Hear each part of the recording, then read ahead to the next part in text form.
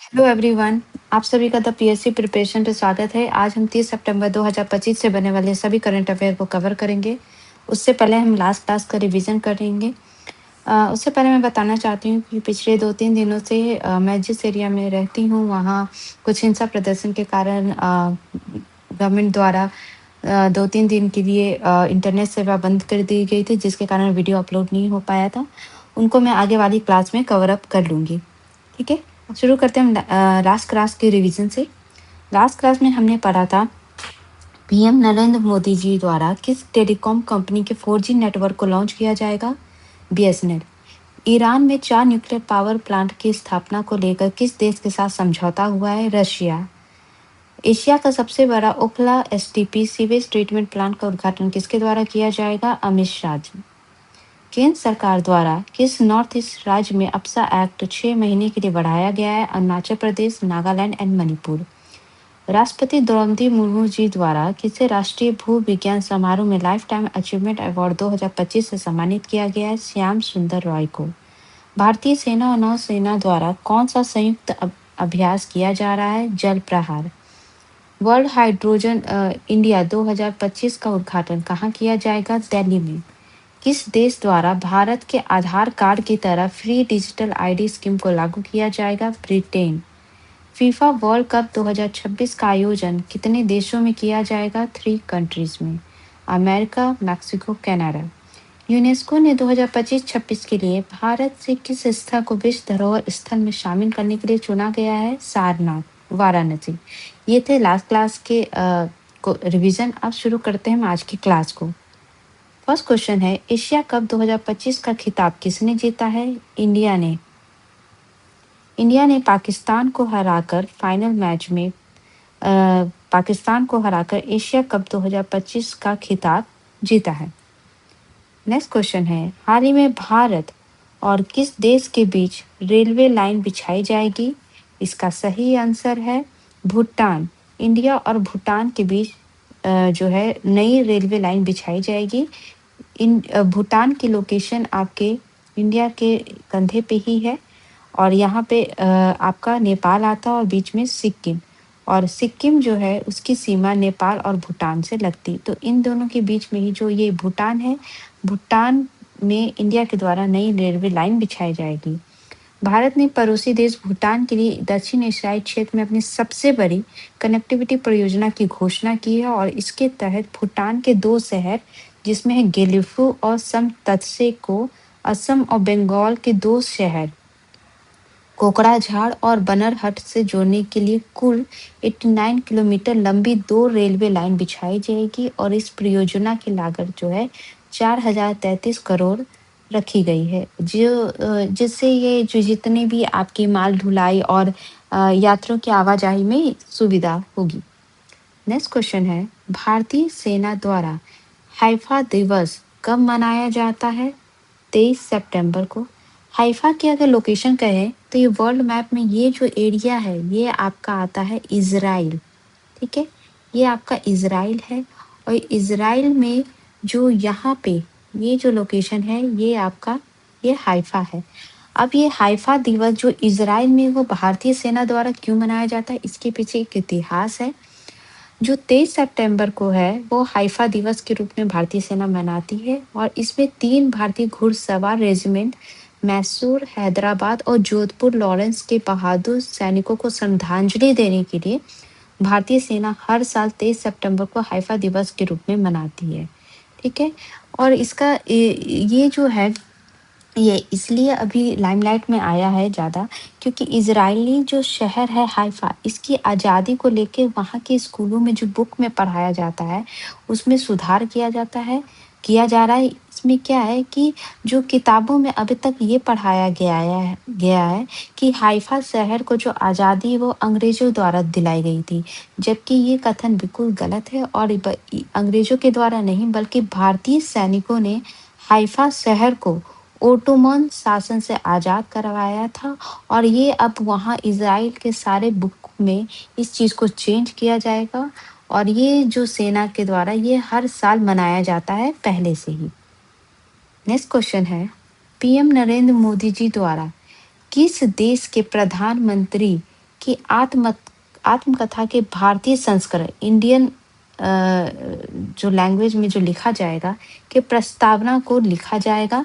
इसका सही आंसर है इटली की जो प्राइम मिनिस्टर हैं आपकी जॉर्जिया मेलोनी, इनके ऊपर जो आत्मकथा लिखी गई है उसका जो भारतीय संस्करण लिखा जाएगा, उसका प्रस्तावना हमारे देश के माननीय प्रधानमंत्री नरेंद्र मोदी जी द्वारा लिखा जाएगा।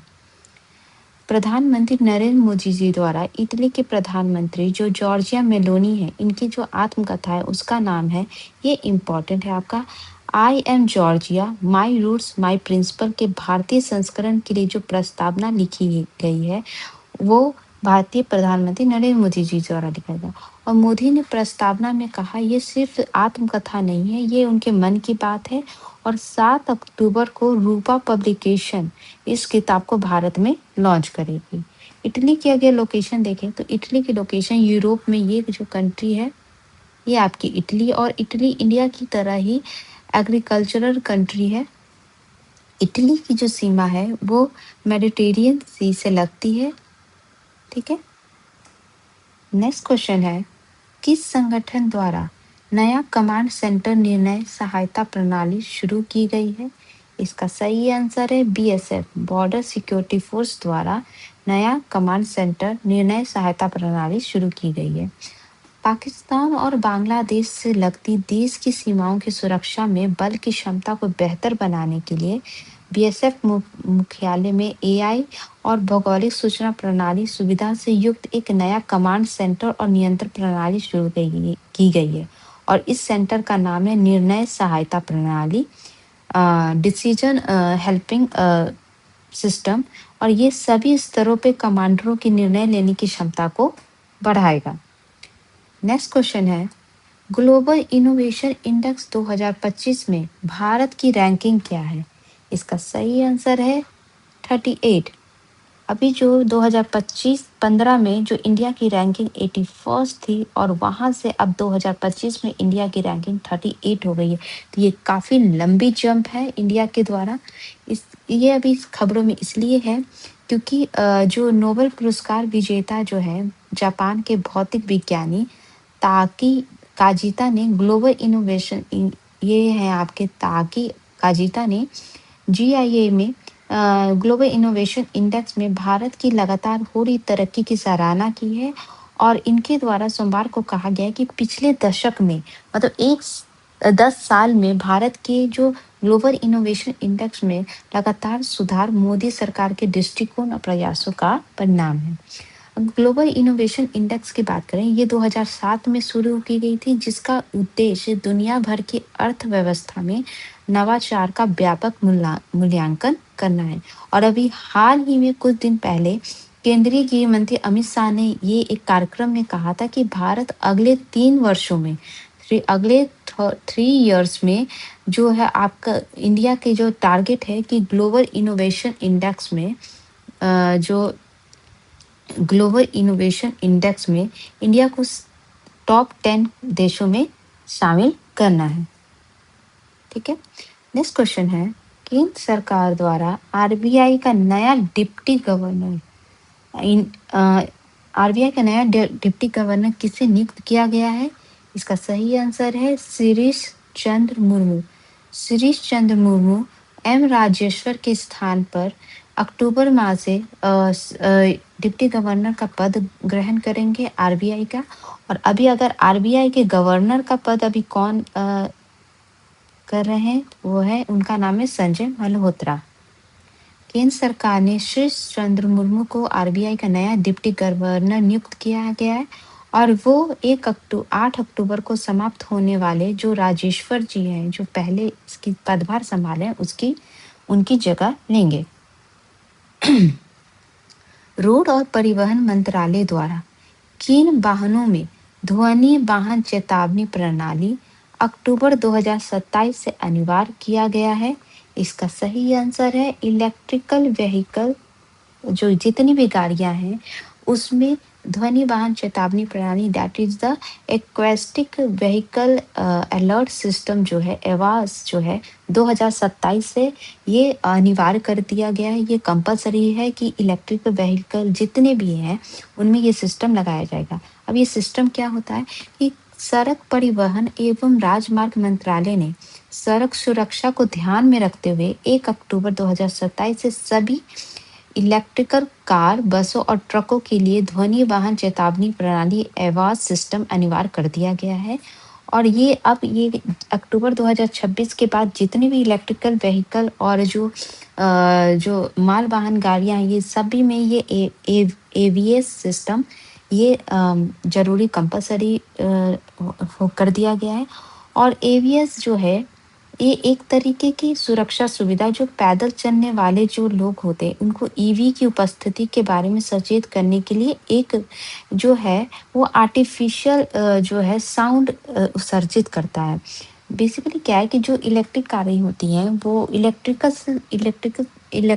से चलने के कारण उनमें जो आवाज़ होती है वो बहुत धीरे होती है। तो मतलब जो अगर कोई पैदल चल रहा हो तो उसको वो आवाज़ सुनाई नहीं देती है कि कोई पीछे से कार आ रही है या गाड़ियाँ आ रही हैं, जिसके कारण क्या हो रहा है, सड़क दुर्घटना काफ़ी बढ़ गई है। और इसीलिए अब हर हर इलेक्ट्रिक व्हीकल में जो है एक एक आर्टिफिशियल साउंड जो है वो जनरेट किया जाएगा, जिससे क्या होगा कि जो लोगों को लोगों को जानकारी हो पाएगी कि जो है पीछे से कोई कार आ रही है। ठीक है? नेक्स्ट क्वेश्चन है, किस देश द्वारा सभी विदेशी फिल्मों पे 100% टैरिफ की घोषणा की गई है? तो जो जिस कंट्री के द्वारा हर तरह का टैरिफ जो है अभी चर्चा में है, अमेरिका। अमेरिका के द्वारा ही अभी-अभी जितनी भी विदेशी फ़िल्में हैं, जो उनके देश में दिखाई जाएँगी, उन पे 100% टैरिफ की घोषणा कर दी गई है। अमेरिका का जो लोकेशन है, वो आपका नॉर्थ अमेरिका में इस जगह आता है, ऊपर कनाडा है और नीचे मेक्सिको की लोकेशन है। अमेरिकी राष्ट्रपति जो हैं डोनाल्ड ट्रंप ने ऐलान किया है कि वो सभी विदेशी फ़िल्मों पे 100% टैरिफ लगाएँगे और इसका असर हमें वहाँ हमारे देश में भी पड़ेगा, क्योंकि हमारे देश में की जो बहुत प्रवासी लोग जो हैं, वो अमेरिका में रहते हैं और वहाँ पे जो बॉलीवुड फ़िल्मों का और जो साउथ फ़िल्में हैं, उसका बहुत चलन है। तो हो सकता है इसका असर भारतीय फ़िल्म इंडस्ट्री पे भी पड़ेगा। नेक्स्ट क्वेश्चन है, वर्ल्ड पैरा एथलेटिक्स चैंपियनशिप 2025 में भारत के किस खिलाड़ी ने F46 जो है भाला फेंक प्रतियोगिता में स्वर्ण पदक जीता है? इसका सही आंसर है रिंकू हुडा। अभी जो वर्ल्ड एथलेटिक्स पैरा चैंपियनशिप जो है इसका जो आयोजन नई दिल्ली में किया जा रहा है और इसी में रिंकू हुडा के द्वारा स्वर्ण पदक जीता गया है।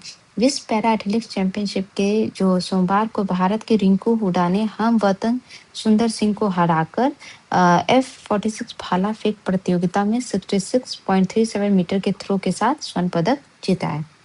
नेक्स्ट क्वेश्चन है, आईसीसी वुमेन वर्ल्ड कप 2025 का आयोजन किस देश में किया जाएगा? इसका सही आंसर है इंडिया में।